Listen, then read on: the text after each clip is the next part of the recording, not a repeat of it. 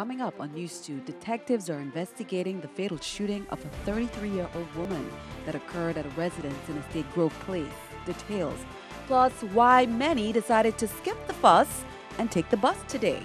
Also, Hispanic heritage events are underway. More on what's in store for the recognition, including a fiesta this weekend.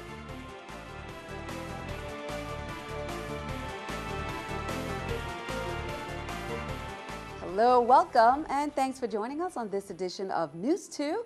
I'm Sandra Gumansing. Topping on Newscast tonight, one of the biggest activities for the Virgin Islands Puerto Rico celebration takes place this weekend, the Fiesta en Albate, or Family Fun Day. Organizers say it's an event you don't want to miss, since they've added a little bit more. News 2's Erica Parsons has the story. It's been 50 years since the Virgin Islands and Puerto Rico have been celebrating their friendship, and this year the festivities began early. We have had a lot of things going on. We are almost to the end of the celebrations, but we have been celebrating since April. The VIPR holiday actually falls on Columbus Day in October, but the 50th anniversary is special, and committee organizers wanted to celebrate big. This year, however, the down economy was a major factor. We wanted to start early, and we wanted to do one event per month, and we were going right on target until some problems arise, and we all know it's financial situations. This year, there'll be no cultural exchange in Mini Village, but that's not stopping the Friendship Committee. They're making the Family Fun Day a real showstopper. We are making our Family Fun Day a big event. It's always a big event, but it starts from 12 and ends at 5. This time it's going to go all the way to the night so that we can accommodate some of the fun and music and dance and everything that we usually have for the exchange. There will also be the first ever Hispanic Heritage Parade on Saturday, October 11th. It's geared towards all Hispanics' contributions to this island, and then the intention is to unite everybody as one family, so this is very big. People are encouraged to come with their, national dresses, if they have them, their flags, their instruments, musical instruments, anything that identifies us as a Hispanic. 4 Hispanic small business owners will also be honored that same day at a private reception by the governor. We honor Virgin Islanders and Puerto Ricans who have excelled, who have worked hard, made something for themselves and also for the community. Erica Parsons, News 2. Again, the Fiesta en Albate, or the Family Fun Day, will be held Sunday at the Amapavi Park on the Havenza Road in Castle Coakley. It starts at noon and goes until the party's over. Well, guests got a taste of Hispanic heritage at Evelyn Williams Elementary School. Today, breakfast was held. They were treated to a tantalizing Spanish-flavored breakfast. The room decorated with large sombreros, ponchos, Hispanic flags, and portraits of famous Hispanic Americans in recognition of Hispanic Heritage Month. Now, the theme is Hispanics, a legacy of history, present of action, and then we future have Soldier, of he's success. from St. Thomas. Zulma Torres, the chairperson of the Evelyn Williams School Hispanic Victoria. Heritage Committee, said the breakfast is held every year to others. commemorate the accomplishments of the people of Hispanic descent. Well, dozens of people lined up Friday to get on board the new public buses. Friday was Ride the Bus Free Day, and Public Works introduced their new fleet of buses in both districts. Governor John DeYoung declared the Free Ride Day to help encourage more people to ride the bus and cut down on energy costs. The Energy Office and Public Works partnered to promote the initiative as part of Energy Action Month. While we focus a lot on electricity, we focus on water conservation, we've been very concerned about the rising costs of transportation fuels, gasoline and diesel. And so we've made a concerted effort to start to encourage the public to do the kinds of things that they can to put a little money back in your pocket. This is for the community, and this is an opportunity for all of us to improve public transportation throughout the territory. This is only but one step for public transportation throughout the territory. We have provisions to purchase additional buses. We see this as an opportunity to grow, hire new drivers. Juan Luis Hospital officials and their legal team made their case before Centers for Medicare and Medicaid Services Friday in Baltimore. The hospital could lose its certification on October 9th if there's no corrective plan in place. Juan F. Luis CEO Dr. Kendall Griffith hired the law firm of ropes in gray to help avoid decertification by CMS, and a plan of correction was submitted to the federal agency on Wednesday. Governor John DeYoung on Thursday restated his support for Wanaflui and their efforts, despite not seeing a copy of the plan before it was presented. Count on two to keep you updated. In other news, St. Croix Elections Board members conducted an audit of the August primary election on Thursday night. They randomly selected 3 polling sites as a sample and verified that the number of ballots matched the records. They also verified that the seals originally recorded were still in place. There were no problems with the findings. We took 3 machines from 3 different polling districts to represent the East, West, and Mid-Island. So we did St. Gerard, Evelyn Williams for Mid-Island, and we did Florence Williams Library for the East. We counted all of those ballots to make sure that we had a right account with the judge's book, with the judge's recording, with the receipts from the machine, and then with our own count individually, as you saw. And once we accounted for every ballot, then we finished the audit. Detectives on St. Croix are investigating the fatal shooting that occurred at a residence in Estate Grove Place. The victim has been identified as 33-year-old Shakura St. Louis.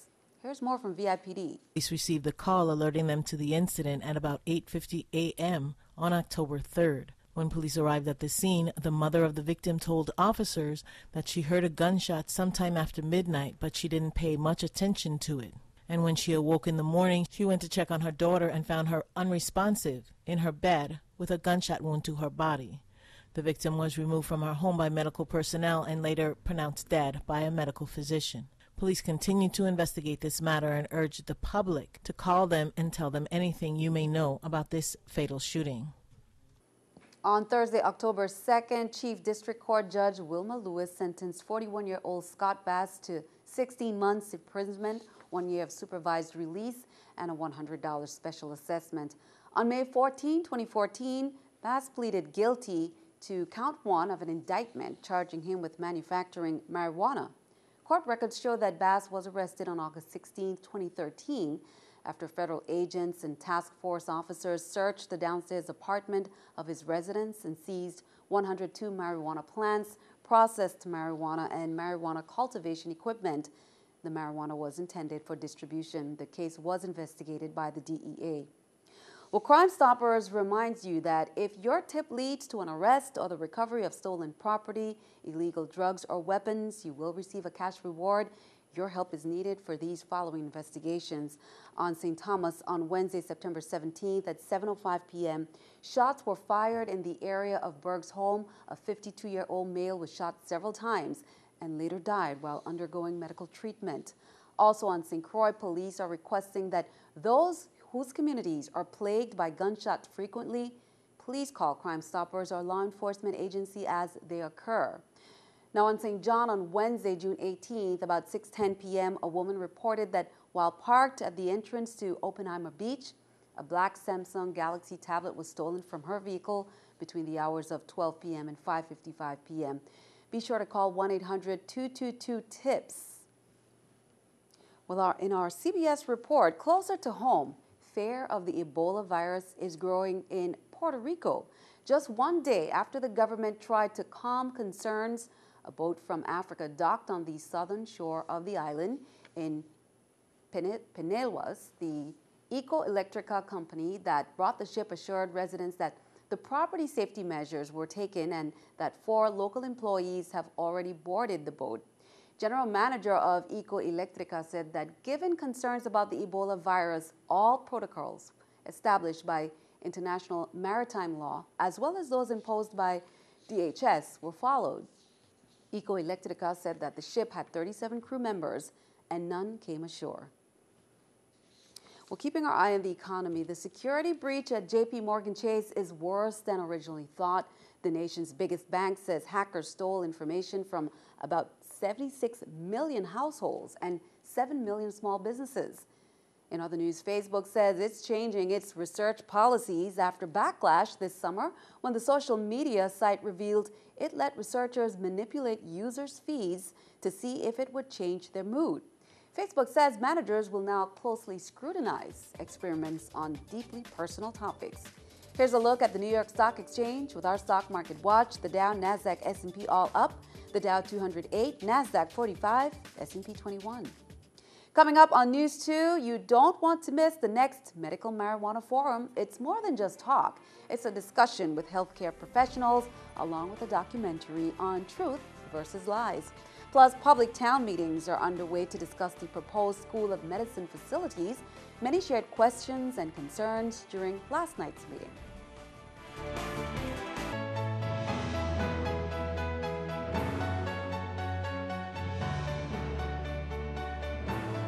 As we continue our breast cancer awareness recognition, the Schneider Regional Medical Center will be having a community outreach on October 15th, so you can mark that on your calendar. The conference, it's a conference that will be held from 12 to 1 in CKCI Auditorium. The featured speaker will be Dr. Ruby Belton, a diagnostic radiologist with over 38 years of experience in her field.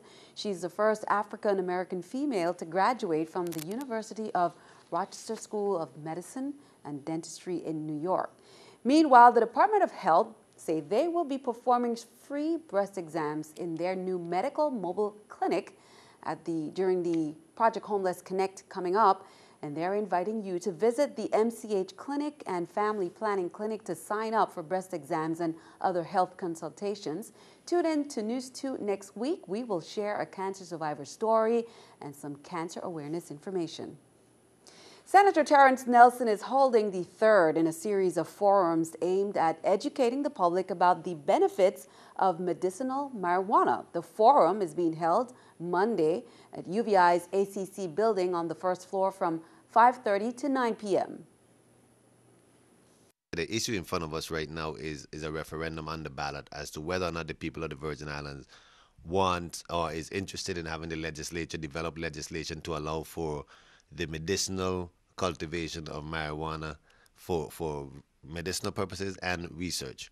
And we've been having some forums, and this is the first on St. Thomas coming up on Monday, the 6th of October.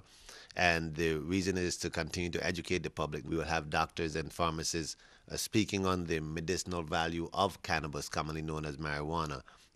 It begins at 5:30. There's a documentary from 5:30 to 6:15, and then after that, the panel discussion will take place.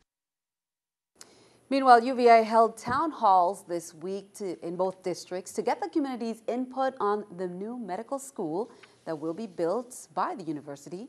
UVI's board wanted to get people's thoughts on the direction of the school and where the facility should be built. We had a good turnout, and I was very pleased with that because we want people to find out about the medical school, to find out about the recommendation that's before the board. And we had, over 50, 60 people out here, and that's just my estimate, but I think that's a good number. And people had good questions. They shared concerns, and my task is to bring all of that information back to the board so that they are informed by the sentiments of people on both islands.